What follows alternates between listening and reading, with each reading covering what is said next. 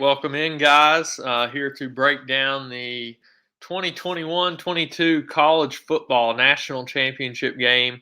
Last one of the year, obviously. We'll be back in the fall. It's another fun year. If you guys can make sure you can hear me, I'm having a little bit of connection issues. Be sure to drop in the chat that you can hear, and my connection's coming through just fine. I've got the sheet up. I do need to make some changes to the odds. I think we got a little bit of line movement, so I'll do that while we're on the show. Going to go through each position here and just kind of talk about my overall thoughts on the game tonight. I'm going to do some playing around with DraftKings with the build. I think I have an interesting strategy for tonight. I think I've played around with the math, and it just, if we can get a certain number from a couple of these guys, it makes a lot of sense, and I think it's going to be very unique tonight. So we'll get into that here in just a bit. Got a fun matchup. We've obviously had this one already this year. Had it a few years ago in the national championship game. We had got Alabama and Georgia. Georgia earlier in the day was a 2.5 point favorite. Let me pull up DK and make sure. I think that changed to 3, or it had at 1 point. Yeah, still 3, but plus 100 on the -3 for Georgia there. 52.5 total still, so it's still the same there. Going to be a fun matchup. Obviously, Georgia's defense has been the storyline all year long. The rush defense for both of these teams is top 5 in the country, as you can see on the sheet. On the passing defense, Bama is 49th, kind of middle of the pack. Georgia is 6th in passing D. So just the overall stud defense from this Georgia team. I mean, that's been the story all year long, how good they have been on defense. So I think we could see them show out a little bit tonight. They obviously got shellacked by Alabama in the SEC championship game. I'm going to chalk that one up. I know some people might do this, some might not, but I'm going to chalk that one up to the fact that Alabama had so much to play for in that game. They had to win to make the college football playoff, where Georgia was locked in. I mean, they were, no matter win, lose, whatever happened in that game, they were locked into the playoff without any losses on the year so far. Bama coming off a close win in overtime against Auburn. They were in must-win scenario. They are going to Atlanta to that one. So I'm siding with Georgia in this game. I think they have a much better defense. I think they overall are better. The only place that it does worry me a little bit is coaching, obviously. We've seen that play out a few years ago when these two played in the national championship game. It was the famous Jalen Hurts benching at halftime for Tua. Tua came in, brought him back. I mean, that was just crazy. I think today, though, like I said, siding with Georgia. The other place that they are probably a little better is quarterback, and we'll get into that now. So Stetson Bennett, always been an under-the-radar guy. I mean, I think he was a walk-on, if I'm not mistaken. 10K for Stetson Bennett. Bryce Young is 10.6. This is utility pricing. Both are very good plays tonight. I think Alabama does have the advantage at quarterback. Bryce Young played the best game of the season for him in that SEC championship game. Not sure we'll see that again. I mean, I think, like I said, I believe in this Georgia defense. I think they're going to give him some troubles tonight. Like I said, siding with Georgia quite a bit here, both on the betting side and DFS. When we get to playing around with builds, I will probably not have any Bryce Young captain teams. I will maybe have some Stetson Bennett in 20 max. So my strategy tonight, I'm playing all GPPs for this showdown. Doing the $1 20 max, and then throwing, I think it's 5 in the $20 big GPP, and then playing my main lineup in both that as one of my 5, and then in some single entries as well. doing that tonight. So have some interesting building scenarios when we get over to that in a minute. But Bryce Young, Stetson Bennett, both solid plays. They both have very good floors, good upside. Can't go wrong with either one of those guys tonight, except for the fact that they're priced both above 10K. So that's really the only downside. At running back, Brian Robinson had a breakout last game. They just fed him against Cincinnati. 9-8 here against a very, very good run defense in Georgia. I wouldn't read too much into the fact that he struggled against them in the SEC championship game. He was coming off an injury that he got in the Auburn game. He seems 100% now, especially after last week. I think he's in play. I think he's going to be a little lower owned. Not sure that I'm going to get there with much volume at all. I'll probably have him some in the 20 max, may not even get to him in any of the 5 hand builds that I do. 9-8, tough price when you factor in this matchup. James Cook broke out in the semifinal game, had a big receiving day. So he pairs very well with Stetson Bennett, 8,200. They've got him priced up now. You can see those projections. I think those are right where I would project them based on what we've got run here, both at 15. Obviously, I'm going to take the $1,600 discount on James Cook and the fact that I like the Georgia's side, and I expect them to get ahead and Alabama to have not maybe completely abandon the run, I'll say, but I do think they'll be throwing a little more. Georgia does have a split in that backfield with a few different guys. James Cook, Zamir White, Kenny McIntosh, all get a little bit of run. I think all are in play.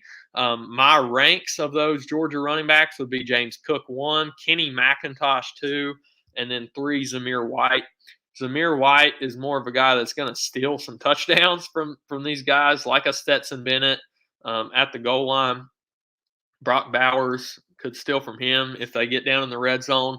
So that's kind of where I'm at. I think if you're playing Zamir White, you may maybe go a little lighter on the Georgia passing game. But I also think he fits well in a script that you think Georgia gets ahead and runs the ball a little more. That's where I'm at with running backs. I mean, I think Brian Robinson, I'll be lower than the field even probably. James Cook, I'll be over the field. Kenny McIntosh, I'm almost certain I'll be over the field on him just because I think he's going to be low owned, and I'll have a decent amount of him. Looked like they got him pretty involved in a few different wrinkles that they threw into the semifinal game. 3,600 is a good price there. So moving to the wide receivers, obviously got the stud Jameson Williams, 10-2 today, crushed Alabama or crushed Georgia in the SEC championship game.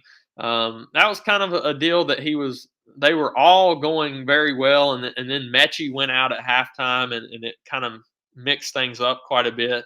A lot of the volume went to Jameson Williams. I think he's a good play here, but if you watched last week against Cincinnati, it just seemed like the defense was able to key on him quite a bit with no Mechie. That was their first game completely without Mechie since he was lost in the SEC championship game. So I really think this projection is about right around 15, and that makes me want to be a little lower on him. I still think he's got upside, and he's a very good play. But 10-2 is a tough price when I like other guys a little bit more. Brock Bowers would be my favorite receiver, the tight end for Georgia on the slate, 9,200. Very solid projection. I was on him in the semifinal day there. He had a solid day, has been just crushing pretty much through the second half of this season. Think he's a very, very strong play. Would be my favorite pay up captain option tonight at 9,200 at utility. So whatever that equates to at captain, I think he's a very good play. Jermaine Burton is a very solid play as well. Jakori Brooks is a nice play. He stepped into the Mechie role, played tons and tons of snaps last week. I think it was right around 85% of the plays he was in there for last week. 6,400, very fair for him. You can see him and Burton project very similar. Slade Bolden does project a little higher than him. I will almost completely fade this guy. I just don't believe in the talent that he has in this type of game. I'll be underweight for sure. May full fade Slade Bolden. I know he's going to be fairly popular tonight as well. And 5,800. All the talk is that somebody's got to step up. Somebody's got to step up for Alabama. I'll take my shot on the bigger play guy like Jakori Brooks over the slot Slade Bolden, who now I know last week scored the touchdown, but now he's got JoJo Earl that he's rotating with. That didn't play into it that much last week, but listen, I think you got to take that into account. So Slade Bolden, maybe complete fade for me. Lad McConkey is just a filler guy for Georgia, not very enthused, especially at 5K. Adonai Mitchell, bigger play guy for Georgia. I think he's in play at 4K. George Pickens is my favorite value of the slate. Loved him last game, and he just absolutely disappointed in that semifinal game. But listen, this guy would be a round one draft pick in the NFL draft if he had been healthy all year. I believe in the talent that he has. They got to get him involved, and I think they will at 3,200. He has massive upside for that price. Let's see. Cameron Latu, tight end for Alabama. I think he is very in play. Touchdown guy, touchdown dependent, I would say. But he's got 7 of them on the year. I think he can definitely get it done. At 2,800. Billingsley is the other guy, other tight end down there. I will be off Billingsley, lean much more to Cameron Latu. Karis Jackson would just be a filler guy if you're playing 20 lineups. Maybe you get 1 or 2 Karis Jackson. The rest of these receivers at both, let's see, JoJo Earl is not really in play for me. I suppose you could go there if you're completely fading Slade Bolden. I guess you could go there. The only other guy that I'll mention is Darnell Washington. I know the projection doesn't really pop. He's the other tight end for this Georgia team. He's a very talented guy, but he plays behind Brock Bowers. So if you think Darnell Washington can get in there, go for it. I think he'll be definitely in my player pool. So just recapping these value plays, I mentioned the running back for Georgia, Kenny McIntosh is my favorite running back at 3,600 for value. And then the other value plays below 5K, George Pickens, 3,200, favorite receiver, followed up with Latu, and Darnell Washington would be my favorite 4 guys down below 5K. So if you guys have any questions, drop them in the chat. I'm going to flop over to Draftkings, and we're going to play around with some builds. I think it's a very interesting slate from a building perspective. And I don't think that many people are going to do the route that I'm looking at taking. So let me get over there. Okay. So what I'll say, it's going to be very, very popular if you are playing one of these high-priced captains. So obviously people are going to flock to Bryce Young. They're going to flock to Jameson Williams. Stetson Bennett, they're going to play him if they like Georgia. Brock Bowers is going to be fairly popular. I mentioned Bowers is my favorite priced up captain, but listen, I'm going to show you the math, and I really believe that paying down is a very interesting route to go at captain tonight, and I'll show you why. So let's play around with the build. So you've got let's just say we play Pickens at captain. This is definitely for GPP. If you're playing single entry, maybe even I know that's GPP, but if you're playing a safer type of contest, a cash game or a single entry, maybe you don't do this that much. But if you're playing that big tournament, you're playing 5 teams like I am, you got to get different. Listen, I'm playing it as lottery tickets. I'm not playing to try to min cash. So This is definitely the more risky route, but I'll show you exactly why it will work. So if George Pickens goes out and gets you 5, it's not going to work. If he gets you 15, let me show you what it can do for you. So you throw Brock Bowers in there, Stetson Bennett, Bryce Young. You're able to just jam these upper-priced guys. And then let's see. I'm not going to fill in the entire team, but let's see here. James Cook. So let's just say, and you can kind of see where that gets you. You got tons of options. You Burton, Brooks, tons of options with this. So let me just show you what that gets you. So you got 15 with George Pickens. So say you got 15. Let me just pull up another sheet here. Pickens, captain. All right, and then this is I'm gonna compare it with the Bowers captain. So I'm gonna show you a 3v3 that works. So that's one of them. You got Pickens, you got Bowers in the utility, and then you're gonna be able to get up to, like I showed you, James Cook. All right, so that 3 versus if you play Bowers captain, then let me play around with that real quick. Let's see. You can play. If you're able to do that, you're going to play Bowers at captain.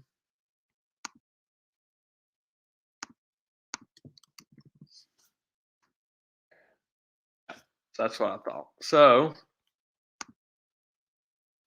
and I'm going to switch back over to the sheet real quick so you all can see what I'm doing.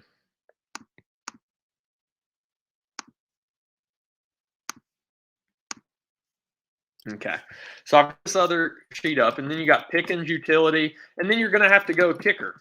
All right, I think the kickers are very in play tonight. I mean, if you look at their averages, they've both got right around 9, 10, and they just have a floor. I mean, that's the safer route to go. If you're building a safer team, that's the route you're going to go. So let's just show you got Pickens captain. All right, so when this works, Pickens is going to score you 15 regular. That's 22.5 in the captain, right? All right, so Bowers gets 20. Very solid game for Bowers. And Cook, I mean, I think 15. All right, that's a solid game for James Cook. All right, you switch over, and what is that total? Total's 57.5. All right, so you pop over here. If you do the same projections there, Bowers captain's going to give you 30 in that scenario. Pickens, I said 15 regular, and then a kicker. I mean, like I said, they're averaging 10, 8 to 10. I mean, all right. So what does that give you? 55. So right there, you can see if you give Pickens 15, he has a solid game, gets you just 15 DraftKings points. I think he's got upside for even more. Bowers has a very solid game, gives you 20, and Cook just has a nice solid floor game, some catches out of the backfield, some rush yards, maybe probably not even in that projection gets in the end zone. They're outscoring the kicker getting you 10 by 2.5 points right there. What happens when Pickens gets you 20? You crush. And I can even show you if it bumps up, and that's assuming the kicker gets you 10. I mean, obviously, if he ends up with 7, you're outscoring them by 5 in that 3v3. If you come back over, and apparently Brock Bowers is warming up, so I'm glad to know that. Anyway, Pickens, all right, you keep him at 15. You increase Brock Bowers to 30. Say Brock Bowers gets you 30. You would think that just means for sure you need Brock Bowers captain. All right, so 30 is going to give you 45. Look at that. The kicker has to get you 8 points to outscore the Pickens 15 captain right there. I mean, that's crazy, and I don't think that many people are going to do it. Like I said, the safer route, because Pickens does need 15 in that scenario. But if Pickens gets 15, you're eliminating tons and tons of the field if you do that. So I really love the cheaper captain option tonight. I think I'll have a majority of my builds will probably go that route. Let me switch back over to DraftKings and just show you. So that's kind of my core for tonight. I mean, if you're going the safer route, it's obviously Bowers captain with Stetson Bennett and Pickens is where I'm starting. And that didn't go into the captain. All about just the math, really. You need that cheap guy to get you 15.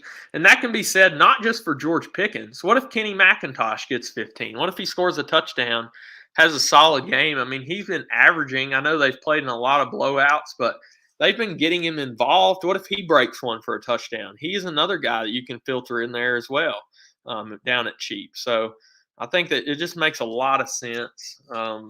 George Pickens. So then that would kind of be my main core. Probably going to go that route in single entry with less entries to go up against. I'll probably end up going Bowers at captain. But still, like I said, really, really like that cheaper captain route. If you're going Stetson Bennett captain, where do you look at going there? You're going to want probably 2 to 3 receivers. He does not run that much, so you're going to need the passing game. I think James Cook and Bowers would be the first place you're going to look at, and then you can go down and you can get whoever you want. If it's George Pickens, I keep throwing Pickens in there, but it can be Kenny McIntosh. It can be another one of these cheap guys for Georgia. It can be Adonai Mitchell at 4K. Darnell Washington, like I said. It can be just filter those guys around if you're building multiple lineups. But anyway, that build still leaves you with 7,200 left. It's going to be a little tough to get up to one of those top Georgia guys. Let's see. But again, you get put into the fact that you're going to want one of these kickers in that build. And I think just looking at how the builds fall, kickers are going to be very popular in these Stetson Bennett, Brock Bowers, Jameson Williams, all those high-priced captains. The kickers are going to be very popular in those builds. So if you go that route, you got 10K. You can play Brian Robinson, Burton, anybody in that range. Let's see. So you could drop off Pickens down cheaper and kind of do what you want there. But that would be where I would start in a Stetson Bennett captain.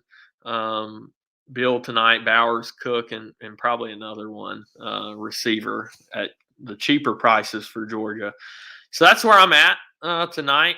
If you all have any questions, I'm going to hop off here. We've got college football. College is wrapping up. College basketball just starting to kick into full swing. Got some news that we're watching there tonight. Let's see, 18 minutes until lock, and we got one of the teams coming off of COVID since January 1st. So that's going to be fun in the last 10 minutes trying to get that starting lineup. But be sure to join us at patreon.com/JagerBombs. $20 for all sports, covering tons of them right now. College basketball, like I mentioned, golf just started up. Chris had a massive week on the betting front for PGA, hit both first-round leader and Cameron Smith to win the tournament. It was Cameron Smith on both winner and first round leader. So massive start to the PGA calendar year 2022 there. Be sure to join us for that. NASCAR will be up here in about a month. NBA, day in, day out. NFL, still got time for the playoffs, so be sure to hop in for that. NHL has been crushing. Soccer, we got EPL and random other leagues that we continue to cover. So be sure to join us over there. $10 if you just want one sport, $20 for all sports. Good luck to everybody tonight. I'll be in the chat if you have any questions up until lock. Let's take one down and finish off the 2021-22 season right. Good luck.